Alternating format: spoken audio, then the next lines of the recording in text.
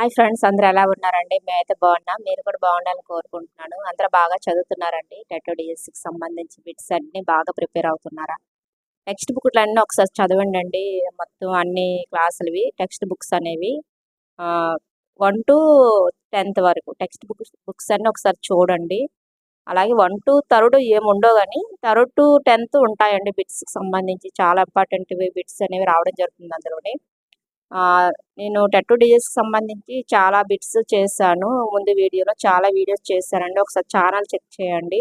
ఈరోజు ఏమో సోషల్ కంటెంట్కి సంబంధించి అన్ని జాగ్రఫీ, హిస్టరీ, ఎకనామిక్స్ అన్నీ కూడా కవర్ చేసి ఈరోజు బిట్స్ చెప్పడం జరుగుతుంది. ఇది ఫస్ట్ వీడియో అన్నీ కవర్ చేస్తూ రేపు కూడా నేను పెడతాను.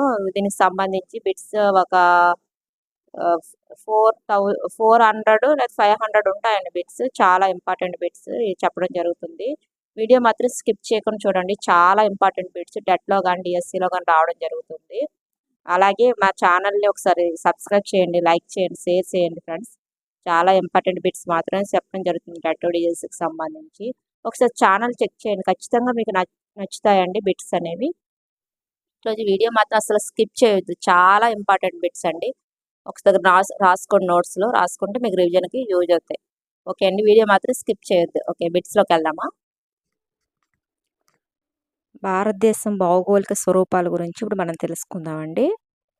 భారతదేశ అక్షాంశాల విస్తరణ ఎలా ఉందంటే 37 డిగ్రీల 6 ఉత్తర అక్షాంశాల నుంచి 88 డిగ్రీల 4 దక్షిణాంశాల మధ్య ఉంది.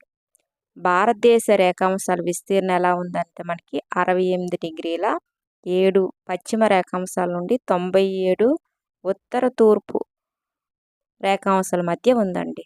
ఇందిరా పాయింట్ గల ప్రాంతం ఎక్కడ ఉందంటే అండమాన్ దీవుల్లో ఉంది. ఆంధ్రప్రదేశ్ తీరరేఖ పొడవు ఎంత ఉందంటే 972 కిలోమీటర్లు. భారతదేశ ప్రామాణిక రేఖాంశం ఎలా ఉందంటే 82.5 డిగ్రీల తూర్పు రేఖాంశం అండి. అలాగే 82.5 తూర్పు రేఖాంశం భారతదేశంలోని ఏ డాష్ పట్టణం గుండా పోతుందంటే అలహాబాద్ పట్టణం గుండా పోతుందండి. ఐఎస్టి అనగా భారతదేశ ప్రామాణిక కాలం లేదా ఇండియన్ స్టాండర్డ్ టైం అని అంటామండి. ఐఎస్టి అనగా భారతదేశ ప్రామాణిక కాలం లేదా ఇండియన్ స్టాండర్డ్ టైం అని కూడా మనం అంటాం. అలాగే జిఎంటి అనగా ఏంటంటే గ్రీనిచ్ ప్రామాణిక కాలం లేదా గ్రీన్విచ్ మీన్ టైం అండి. దానికి అబ్రివేషన్. భారతదేశ ప్రామాణిక కాలం గ్రీనిచ్ ప్రామాణిక కాలం కంటే ఎన్ని గంటల ముందు ఉంటుంది అంటే 5.5 గంటల ముందు ఉంటుందండి. బంగ్లాదేశ్తో భారతదేశ సరిహద్దు పొడవు ఎంత? బంగ్లాదేశ్తో భారతదేశ సరిహద్దు పొడవు ఎంత అని అడుగుతున్నాడండి. 4096 కిలోమీటర్లు. అలాగే ఇంపాల్లో ముందుగా సూర్యోదయం అయ్యే ప్రాంతం ఏదంటే ఇంపాల్లో ముందుగా ఈ రెండిట్లో ముందుగా సూర్యోదయం అయ్యే ప్రాంతం ఏదంటే ఇంపాల్ అండి. నెక్స్ట్, భారతదేశ తూర్పు పడమర మధ్య పొడవు ఎంత? భారతదేశం తూర్పు నుంచి పడమరకు మధ్య పొడవు ఎంత అడిగాడండి. మనకి ఇక్కడ 2933 కిలోమీటర్లు అండి. అలాగే భారతదేశం ఉత్తరం నుంచి దక్షిణ మధ్య దూరం ఎంత ఉంది మనకి? 3214 కిలోమీటర్లు. ఇక్కడ చూడండి, తూర్పు నుంచి పడమర మధ్య పొడవు ఎంత అడిగాడు? 2933 కిలోమీటర్లు. అలాగే ఉత్తరం నుంచి దక్షిణ మధ్య దూరం ఎంత అడిగాడు? 3214 కిలోమీటర్లు. అలాగే భారతదేశంలో కర్కట రేఖ ఎన్ని రాష్ట్రాల గుండా పోతుంది? భారతదేశంలో కర్కట రేఖ ఎన్ని రాష్ట్రాల గుండా పోతుందండి? 9 రాష్ట్రాలు. ఆ 9 రాష్ట్రాలు కూడా నేను ముందు వీడియోస్ చెప్పడం జరిగింది, ఏ రాష్ట్రాల గుండా పోతుందని. ఒకసారి చెక్ చేసుకోండి ఛానల్ని. బంగాళాఖాతంలోని దీవుల సముదాయం అండమాన్ నికోబార్ దీవులు అండి. బంగాళాఖాతంలోని దీవుల సముదాయం ఏంటి? అండమాన్ నికోబార్ దీవులు. నెక్స్ట్, అరేబియా సముద్రంలోని దీవులు ఏంటి? లక్షద్వీపులు అండి. అరేబియా సముద్రంలోని దీవులు ఏంటి? లక్షద్వీపులు. భారతదేశ ద్వీపకల్ప పలకం యురేషియం పలకంతో ఢీకొనడం వల్ల డాష్ పర్వతాలు ఏర్పడినవి హిమాలయ పర్వతాలు. భారతదేశ ద్వీపకల్ప పలకం యురేషియా పలకంతో ఢీకొనడం వల్ల డాష్ పర్వతాలు ఏర్పడినవంటే హిమాలయ పర్వతాలు. హిమాలయాలు డాష్ కోట్ల సంవత్సరాల క్రితం ఏర్పడినవి. హిమాలయాలు ఎన్ని కోట్ల సంవత్సరాల క్రితం ఏర్పడినాయండి? 7.1 కోట్ల సంవత్సరాల క్రితం ఏర్పడినవి. హిమాలయాల పొడవు ఎంత? 2400 కిలోమీటర్లు. హిమాలయాలన్నిటికన్నా ఉత్తరాన గల పర్వత శ్రేణి ఏంటండి? హిమాద్రి. హిమాలయాలో అన్నిటికన్నా ఉత్తరాన గల పర్వత శ్రేణి ఏంటంటే హిమాద్రి. ఉన్నత హిమాలయాలను డాష్ అని కూడా అంటారు. ఏమంటారండి? హిమాద్రి. ఉన్నత హిమాలయాలను హిమాద్రి అని కూడా అంటారండి. నెక్స్ట్, హిమాద్రి పర్వత శ్రేణి యొక్క సగటు ఎత్తు ఎంత అంటే 6100. ఈ హిమాద్రి శ్రేణి జీవనదులకు పుట్టినిల్లు ఏంటి? హిమాద్రి అండి. హిమాద్రి దక్షిణాన గల పర్వత శ్రేణి ఏంటంటే హిమాచల్. హిమాద్రి దక్షిణాన గల పర్వత శ్రేణి ఏంటి? హిమాచల్ అండి. నెక్స్ట్, నిమ్న హిమాలయాలను డాష్ అని కూడా అంటారంటే హిమాచల్. నిమ్న హిమాలయాలను హిమాచల్ అని కూడా అంటారు. నెక్స్ట్ 26వది, ప్రసిద్ధి చెందిన లోయలు వేసవి విడుదల గల హిమాలయ శ్రేణి ఏంటి అంటే హిమాచల్. కులు కంగ్రా లోయలు గల రాష్ట్రం ఏంటంటే హిమాచల్ ప్రదేశ్. హిమాచల్ ప్రదేశంలో కులు కంగ్రా లోయలు ఉన్నాయండి. నెక్స్ట్, మాక్ డోప్ లోయ గల రాష్ట్రం ఏంటంటే మేఘాలయ. మేఘాలయ రాష్ట్రంలో మాక్ డోప్ లోయ అనేది ఉందండి. నెక్స్ట్, హిమాలయాలు అన్నిటికంటే దక్షిణాన గల పర్వత శ్రేణి ఏంటి? శివాలిక్ శ్రేణి అండి. హిమాలయాలు అన్నిటికంటే దక్షిణాన గల పర్వత శ్రేణి అంటే శివాలిక్ శ్రేణి అండి. శివాలిక్ శ్రేణి. నెక్స్ట్, బాహ్య హిమాలయాలను డాష్ అని కూడా అంటారు. బాహ్య హిమాలయాలను ఏమని అంటారు అంటే శివాలిక్ శ్రేణి అంటామండి. బాహ్య హిమాలయాలు ఏమంటారండి? శివాలిక్ శ్రేణిని కూడా పిలుస్తారు. శివాలిక్ శ్రేణి అరుణాచల్ ప్రదేశ్లో డాష్ అని పిలుస్తారంటే మిస్మి కొండలు. శివాలిక్ శ్రేణిలోని అరుణాచల్ ప్రదేశ్లోని మిస్మి కొండలని పిలుస్తూ ఉంటారు. మిస్మి కొండలు గల రాష్ట్రం ఏంటంటే అరుణాచల్ ప్రదేశ్. ఇది లేదా అదండి. నెక్స్ట్, ఇప్పుడు భారతదేశ భౌగోళిక స్వరూపం గురించి మనము తెలుసుకుందాం. భారతదేశ భౌగోళిక స్వరూపం గురించి మనం తెలుసుకుందాం.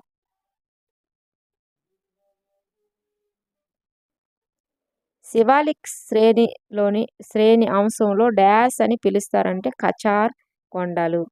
కచార్ కొండలు గల రాష్ట్రం ఏంటంటే అస్సాం.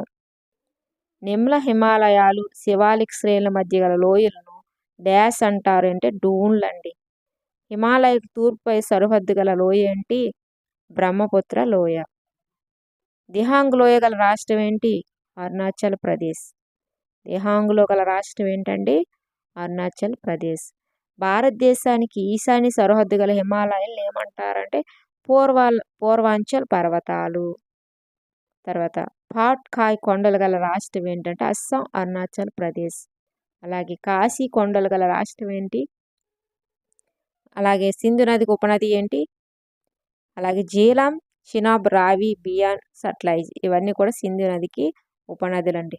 సింధు నదికి ఉపనదులు. నెక్స్ట్, సింధు నది యొక్క పరివాహక ప్రాంతం ఎక్కువ గల దేశం ఏంటంటే పాకిస్తాన్ అండి. సింధు నది యొక్క పరివాహక ప్రాంతం ఎక్కువ గల దేశం ఏదంటే పాకిస్తాన్. రెండు నదుల మధ్య ప్రాంతాన్ని ఏమంటామంటే అంతర్వేది అని అంటాము. అలాగే గంగా మైదాన విస్తరణ ఏంటి అంటే గగ్గర నది నుంచి తీస్తా నది వరకు. గంగా మైదానం విస్తరణ ఏంటి అంటే మనకి గగ్గర నది నుంచి తీస్తా నది వరకు ఉందండి. అలాగే గంగా నదికి ఉపనది ఏంటంటే యమునా నది, సోన్ నది, కోసి నది. అలాగే బ్రహ్మపుత్ర నది లోయ లేదా దిహంగ్ లోయ గల రాష్ట్రం ఏదంటే అస్సాం అండి. శివాలిక్ పర్వతపాద ప్రాంతంలో ఏర్పడిన గులకరాలు నిక్షేపాన్ని డాష్ అని అంటారంటే బాబర్. అలాగే టెరాయ్ అనగా ఏమిటి? చిత్తడి ప్రాంతం అండి. టెరాయ్ అనగా ఏంటంటే మనకి ఇక్కడ చిత్తడి ప్రాంతం.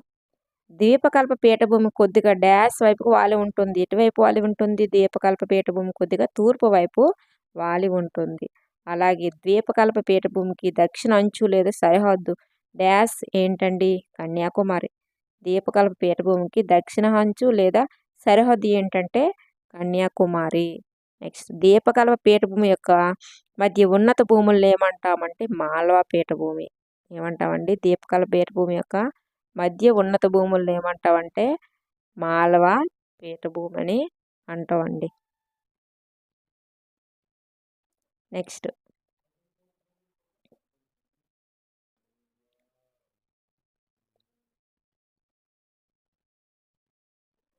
ఖనిజ వనరులు సమృద్ధి గల పీఠభూమి ఏదండి? ఛోటా నాగ్పూర్ పీఠభూమి అండి. అలాగే నర్మదా నదికి దక్షిణ ఉన్న త్రిభుజాకార ప్రాంతాన్ని ఏమంటామంటే దక్కన్ పీఠభూమి అండి. దక్కన్ పీఠభూమికి ఉత్తరాన సరిహద్దు ఏంటండి? సాత్పుర పర్వతాలు. దక్కన్ పీఠభూమికి దక్షిణ సరిహద్దు ఏంటంటే నీలగిరి పర్వతాలు. పడమటి కనుమల పొడవేంటి? 1600 కిలోమీటర్లండి. నీలగిరి పర్వతాల పడమటి కనుమలు కలిసే ప్రాంతం ఏంటి? గుడాలూరు. ఏంటండి? గుడలూరు. నీలగిరి పర్వతాలు పడమటి కనుమలు కలిసే ప్రాంతం ఏంటంటే గుడలూరు. నీలగిరి పర్వతాల వ్యాసి విడిదేంటి? ఊటీ లేదా ఉదక మండలం అండి. నీలగిరి పర్వతాల వ్యాసి విడిది ఏంటంటే ఊటీ లేదా ఉదక మండలం. ఊటీ లేదా ఉదక మండలం గల రాష్ట్రం ఎక్కడుంది? తమిళనాడు. తమిళనాడులో మనకి ఊటీ లేదా ఉదక మండలం అనేది ఉండడం జరిగిందండి. నీలగిరి పర్వతాలు ఎత్తైన శిఖరం ఏంటి? దొడబెట్ట శిఖరం అండి. దొడబెట్ట శిఖరం ఎత్తు 2637 మీటర్లు. అనైముడి పళని కొండలు గల రాష్ట్రం ఏది? తమిళనాడు. తమిళనాడు రాష్ట్రంలో అనైముడి పళని కొండలు ఉండడం జరిగింది. అలాగే కార్డమం కొండలు గల రాష్ట్రం ఏంటంటే కేరళ అండి. కార్డమము కొండలు గల రాష్ట్రం ఏంటంటే కేరళ. పడమటి కనుమలో ఎత్తైన శిఖరం ఏంటి? అనైముడి శిఖరం. పడమటి కనుమలో ఎత్తైన శిఖరం ఏంటంటే అనైముడి. అనైముడి శిఖరం ఎత్తు ఎంతండి? 2695 కిలోమీటర్లు. తూర్పు కనుమల విస్తరణ ఉత్తరాన మహానది లోయ నుంచి దక్షిణ నీలగిరి పర్వతాల వరకు ఉంటుంది. తూర్పు కనుమల విస్తరణ అనేది ఉత్తరాన మహానది లోయ నుంచి దక్షిణ నీలగిరి పర్వతాల వరకు ఉంటుంది. అలాగే పశ్చిమ కనుమలో పుట్టిన నది ఏంటి అంటే గోదావరి కృష్ణా నది. పశ్చిమ కనుమల్లో పుట్టిన నది ఏంటమ్మా? గోదావరి కృష్ణా నది. నెక్స్ట్ గోదావరి కృష్ణా నదులు కలిసే సముద్రం ఏంటి? బంగాళాఖాతం. గోదావరి కృష్ణా నదులు కలిసే సముద్రం ఏంటి? బంగాళాఖాతం. తూర్పు కనుమలో సగటు ఎత్తు 900 మీటర్లండి. తూర్పు కనుమలో సగటు ఎత్తు 900 మీటర్లు. నెక్స్ట్ మనం చూసుకుంటే తూర్పు కనుమలో ఎత్తైన పర్వతం ఏంటండి? తూర్పు కనుమలో ఎత్తైన పర్వతం డాష్ దగ్గర ఉంది. అరోమకొండ చిత్తపల్లి అండి. నెక్స్ట్ తారు ఎడారి డాష్ పర్వతాల వరసఛాయ ప్రాంతంలో కలదంటే ఆరావళి పర్వతాల వరసఛాయ ప్రాంతంలో కలదు. తారు ఎడారి అధికంగా విస్తరించి ఉన్న రాష్ట్రం ఏంటంటే రాజస్థాన్ అండి. తారు ఎడారిలో ప్రవహిస్తున్న నది ఏంటి? తారు ఎడారిలో ప్రవహిస్తున్న నది లూను నది అండి. నెక్స్ట్ తారు ఎడారి ప్రాంతంలో నీటిని అందిస్తున్న కాలువ. తారు ఎడారి ప్రాంతంలో నీటిని అందిస్తున్న కాలువ ఏంటంటే ఇందిరా కాలువ అండి. అలాగే పడమటి తీర మైదానం విస్తీర్ణం ఎంతంటే రాన్ ఆఫ్ కచ్ నుంచి కన్యాకుమారి వరకు. పడమటి తీర మైదానం విస్తీర్ణం ఎంతండి? రాన్ ఆఫ్ కచ్ నుంచి కన్యాకుమారి వరకు. మహారాష్ట్ర గోవా తీర మైదానాన్ని డాష్ అంటారండి? కొంకణ తీరం అండి. మహారాష్ట్ర గోవా తీర మైదానాన్ని కొంకణ తీరం అని అనడం జరుగుతుంది. అలాగే కర్ణాటక తీర ప్రాంతాన్ని కర్ణాటక తీర మైదానాన్ని ఏమంటామండి? కెనరా తీరం అని అంటాము. కేరళ తీర మైదానాన్ని ఏమంటాము? మలబార్ తీరం అని అంటాము. ఇక్కడ చూడండి, కర్ణాటక మైదానాన్ని అంతే మనం ఏమంటే కెనరా అంటామండి. కేరళ మైదానాన్ని మలబార్ తీరం అని అంటాము. తూర్పు తీర మైదాన విస్తీర్ణం ఎంత? మనకి ఒడిశాలోని మహానది నుంచి తమిళనాడులోని కావేరి డెల్టా వరకు ఉంటుంది తూర్పు తీర మైదానం యొక్క విస్తరణ. ఒడిశా తీర మైదానాన్ని ఏమంటామంటే ఉత్కల తీరం. ఒకసారి చూసుకోండి, ఇవి ఇస్తుంటారు ఇంపార్టెంట్ బిట్స్. ఆంధ్రప్రదేశ్ తీర మైదానాన్ని డాష్ అంటారు? సర్కార్ తీరం అని అంటారు. చూడండి, ఆంధ్రప్రదేశ్ తీర మైదానాన్ని ఏమంటాము? సర్కార్ తీరం అని అంటాము. నెక్స్ట్ తమిళనాడు తీర మైదానాన్ని ఏమంటామంటే కోరమండల్ తీరం అంటాం. ఇక్కడ చూడండి అమ్మా, కర్ణాటక తీర మైదానం కొంకణ్ అని, కేరళ మైదానాన్ని మలబార్ అని, ఒడిశా మైదానాన్ని ఉత్కల్ తీరం అని, ఆంధ్రప్రదేశ్ తీర మైదానాన్ని ఏమంటే సర్కార్ తీరం అని, తమిళనాడు తీర మైదానాన్ని కోరమండల్ తీరం అని అంటాము. అలాగే చిల్కా సరస్సు గల రాష్ట్రం ఎక్కడ ఉందంటే ఒరిస్సాలోనండి. కొల్లేరు పులికాట్ సరస్సులు గల రాష్ట్రం ఏదంటే ఆంధ్రప్రదేశ్. అగ్నిపర్వత విస్ఫోటనం ఏర్పడిన దీవులు ఏంటంటే నార్కొండం, బా బారెన్ దీవులు.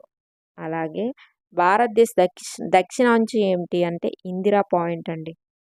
ఇందిరా పాయింట్ గల దీవేది నికోబార్ దీవులు. ఇక్కడ చూడండి, భారతదేశపు దక్షిణాంచు ఏంటంటే ఇందిరా పాయింట్ అండి. ఇందిరా పాయింట్ గల దీవేంటి నికోబార్ దీవులు. 2004 సునామీ వల్ల ముంపుకు గురైన దీవి ఏంటంటే ఇందిరా పాయింట్ అండి. 2004 సునామీ వల్ల ముంపుకు గురైన దీవి ఏంటంటే ఇందిరా పాయింట్. నెక్స్ట్ ప్రవాల బిత్తికల వల్ల ఏర్పడిన దీవులు. ప్రవాల బిత్తికల వల్ల ఏర్పడిన దీవులు అంటే లక్షద్వీపులు లేదా పగడపు దీవులు అని పిలువబడేవి ఏంటంటే లక్షద్వీపులు. ఓకే, లక్షద్వీపుల విస్తీర్ణం ఎంతంటే 32 చదరపు కిలోమీటర్లు అండి. 3 సముద్రాలు గల ప్రదేశం ఏంటంటే తమిళనాడు. 3 సముద్రాలు గల ప్రదేశం ఏంటమ్మ ఇక్కడ మనకి ఇక్కడ తమిళనాడు. నెక్స్ట్ భారతదేశ శ్రీలంకను వేరు చే జలసంధి ఏదంటే పాకు జలసంధి. మన భారతదేశాన్ని శ్రీలంకను వేరు చే జలసంధి ఏంటంటే పాకు జలసంధి అండి. అలాగే భారతదేశం రాష్ట్రాలు కేంద్రపాలిత ప్రాంతాలు ఎన్ని అంటే మన భారతదేశంలోకి రాష్ట్రాలు 29, 7 కేంద్రపాలిత ప్రాంతాలు ఉండడం జరిగింది. సంవత్సరం కాలం అంతా నిరంతరం ప్రవహించే నదిని ఏమంటారంటే జీవనది. ఉత్తరార్ధగోళంలో ఊహాత్మ ఖండం ఏంటి అంటే లారెన్షి అండి. లారెన్సి భూభాగానికి మరొక పేరేంటి అంగార భూమి. ఇందిరా పాయింట్ డ్యాష్ అని కూడా అంటారంటే పిగ్మాలియన్ పాయింట్. ప్రపంచంలో ఎత్తైన శిఖరం ఏంటంటే ఎవరెస్ట్ అండి. భారతదేశ భౌగోళిక విస్తీర్ణం ఎంతంటే 32.8 మిలియన్ల చదరపు కిలోమీటర్లు. ఇక్కడ చూడండి, మనకి భారతదేశ భౌగోళిక విస్తీర్ణం అండి అది. నెక్స్ట్ పశ్చిమ కనుమలకు మరో పేరు ఏంటంటే సస్యాద్రి శ్రేణులు అండి. పశ్చిమ కనుమలకు మరొక పేరేంటి సస్యాద్రి శ్రేణులు. భారతదేశ సరిహద్దు పంచుకుంటున్న దేశాలండి. ఇక్కడ ఒకటి పాకిస్తాన్, ఆఫ్ఘనిస్తాన్, చైనా, నేపాల్, భూటాన్, బంగ్లాదేశ్, మయన్మార్. ఇవి భారతదేశ సరిహద్దును పంచుకుంటున్నాయి. అంటే భారతదేశ చుట్టూ ఉన్న దేశాలండి. Pakistan, Afghanistan, China, Nepal, Bhutan, Bangladesh, Myanmar. అలాగే భారత భూభాగంలో అన్నిటికంటే ఉత్తరాన ఉన్న అక్షాంశం ఏంటంటే 37°6 ఉత్తర అక్షాంశం అండి. అలాగే భారత భూభాగంలో అన్నిటికంటే దక్షిణాన ఉన్న అక్షాంశం ఏంటి 8° తూర్పు అక్షాంశం అండి.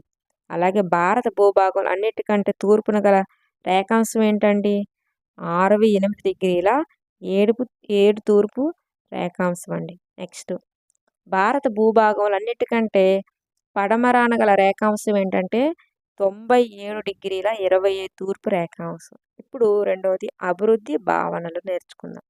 అభివృద్ధి భావనలండి. భూమి లేని గ్రామీణ కార్మికుల అభివృద్ధి లక్ష్యం ఏంటండి ఎక్కువ రోజుల పని, మెరుగైన కూలి.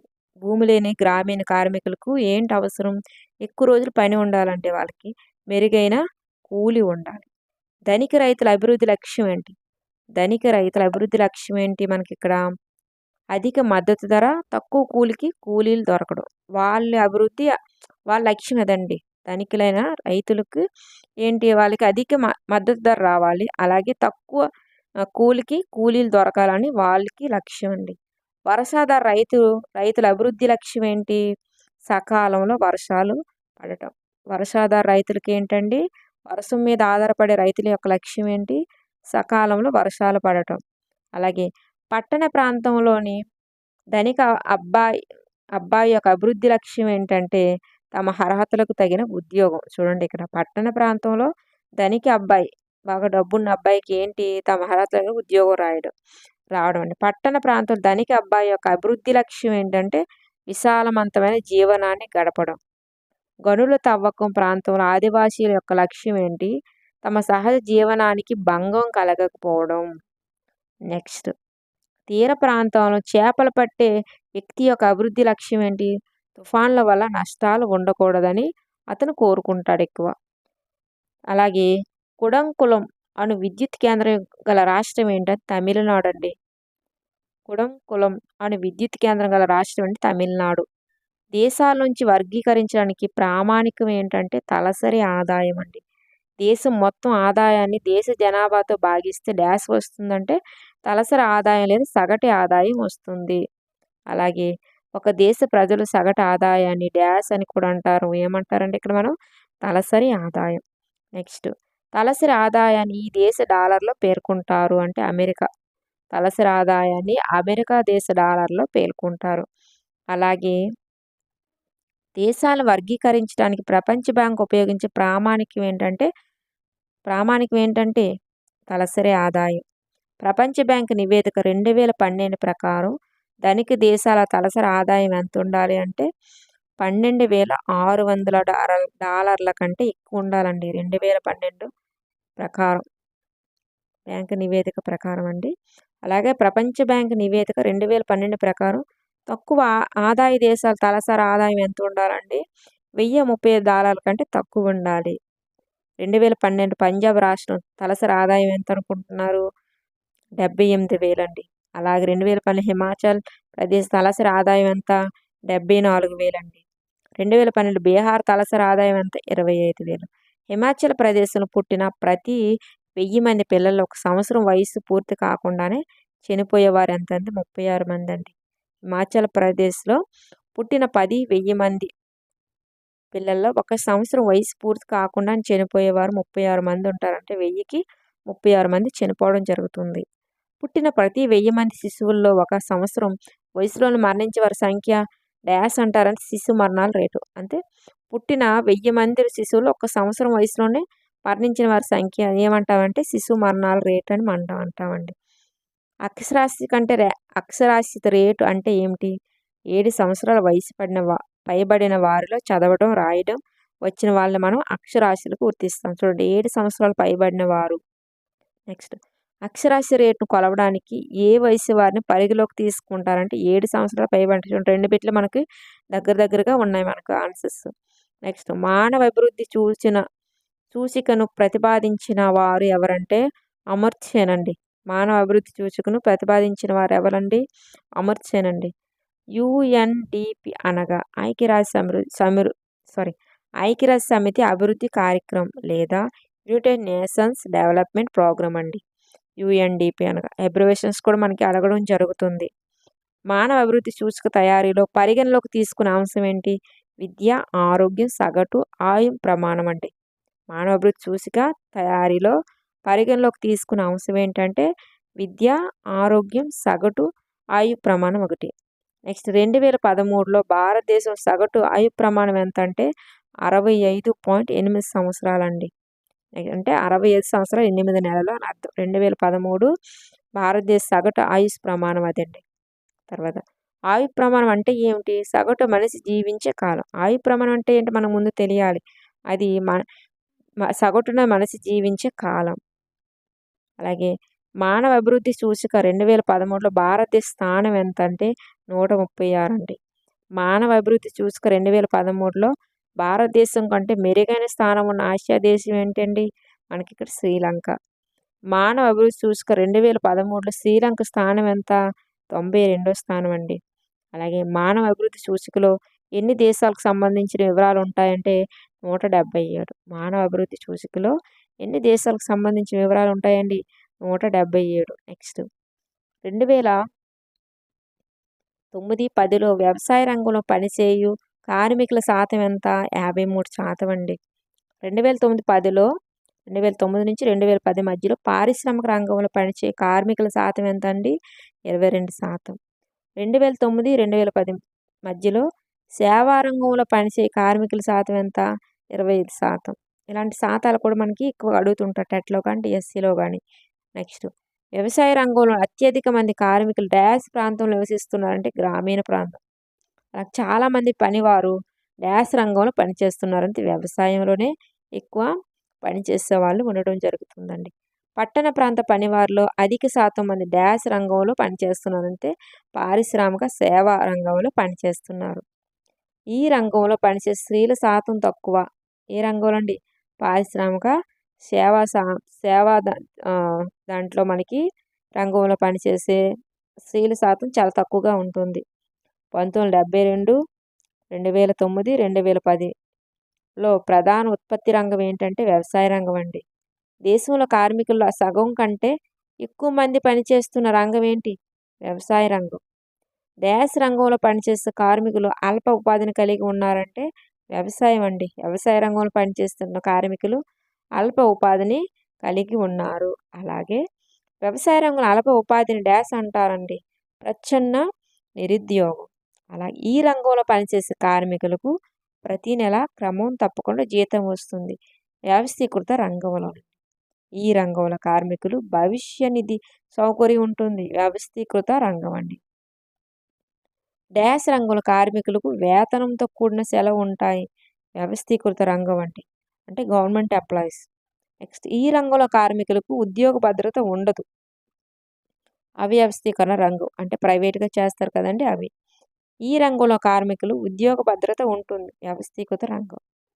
అవ్యవస్థీకృత రంగంలో పనిచేయు కార్మికుల శాతం ఎంత? 92% అండి. అంటే ఉద్యోగాలు లేకుండా అంటే గవర్నమెంట్ ఉద్యోగం లేని వాళ్ళు ఎంతమంది? 92% ఉన్నారండి. డాష్ రంగంలోని ఉద్యోగులను అందరూ కోరుకుంటారు. ఏంటి? వ్యవస్థీకృత రంగంలోనే ఎక్కువ ఉద్యోగాలు రావాలని అందరూ కోరుకుంటారు. అంటే గవర్నమెంట్ ఉద్యోగం కావాలని అందరూ కోరుకుంటారు. తరచుగా దోపిడీకి గురయ్యే కార్మికులు దోపిడీకి గురయ్యే కార్మికులు ఎవరు? అవ్యవస్థీకృత రంగంలో కార్మికులండి. రక్షణ మద్దతు అవసరమైన కార్మికులు అవ్యవస్థీకృత రంగంలోని కార్మికులు. వ్యవసాయ కూలీలు, చేతివృత్తుల వారు, భవన నిర్మాణ కార్మికులు ఏ రంగానికి చెందుతారు? అవ్యవస్థీకృత రంగంలోకి. షెడ్యూల్ కులాలు, తెగలకు చెందిన కార్మికులు అధిక శాతం మంది డాష్ రంగంలో పనిచేస్తున్నారంటే అవ్యవస్థీకృత. సేవా రంగంలో ఉత్పత్తిలో సమానంగా ఉపాధి పెరిగిందా అంటే పెరగలేదండి. ఈ రంగంలో కార్మికులు వస్తువులను నేరుగా ఉత్పత్తి చేయరు. సేవా రంగం. నెక్స్ట్ ఎక్కువగా సహజ ప్రక్రియలను ఉపయోగించుకొని డాష్ రంగంలో వస్తువులు ఉత్పత్తి చేస్తారంటే ప్రాథమిక రంగంలో వస్తువులు ఉత్పత్తి చేస్తారు. కాల్ సెంటర్ ఉద్యోగులు డాష్ రంగంకు చెందుతారు. సేవా రంగం అండి. వ్యోమగామి డాష్ రంగానికి చెందుతారు. సేవా రంగం. చేపలు పట్టేవారు, పాలు అమ్మేవారు, తేనెటీగలు పెంచేవారు డాష్ రంగానికి చెందుతారంటే ప్రాథమిక లేక వ్యవసాయ. 2009, 2010 స్థూల జాతీయ ఉత్పత్తిలో సేవా రంగం వాటా ఏంటంటే 17% అండి. నెక్స్ట్ భారతదేశ శీతోష్ణస్థితి ఎలా ఉందో ఇప్పుడు మనం తెలుసుకుందాం.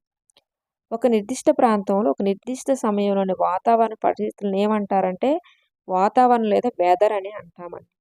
ఒక విశాల ప్రాంతంలో కొన్ని సంవత్సరాల పాటు ఒక క్రమాన్ని కనపరిచే వాతావరణ పరిస్థితులను ఏమంటారండి? శీతోష్ణ స్థితి లేదా క్లైమేట్ అని అంటాము. శీతోష్ణ స్థితి అనేది సుమారు డాష్ కాలానికి చెందిన వాతావరణ పరిస్థితులను చెందినదంటే 30 సంవత్సరాల కాలానికి చెందిన వాతావరణ పరిస్థితులకు చెందినది. వర్షపాతం, శీతోష్ణస్థితి వంటి వాతావరణ అంశాలను తెలిపే పటాలను ఏమంటారంటే క్లైమోటోగ్రాఫ్లండి.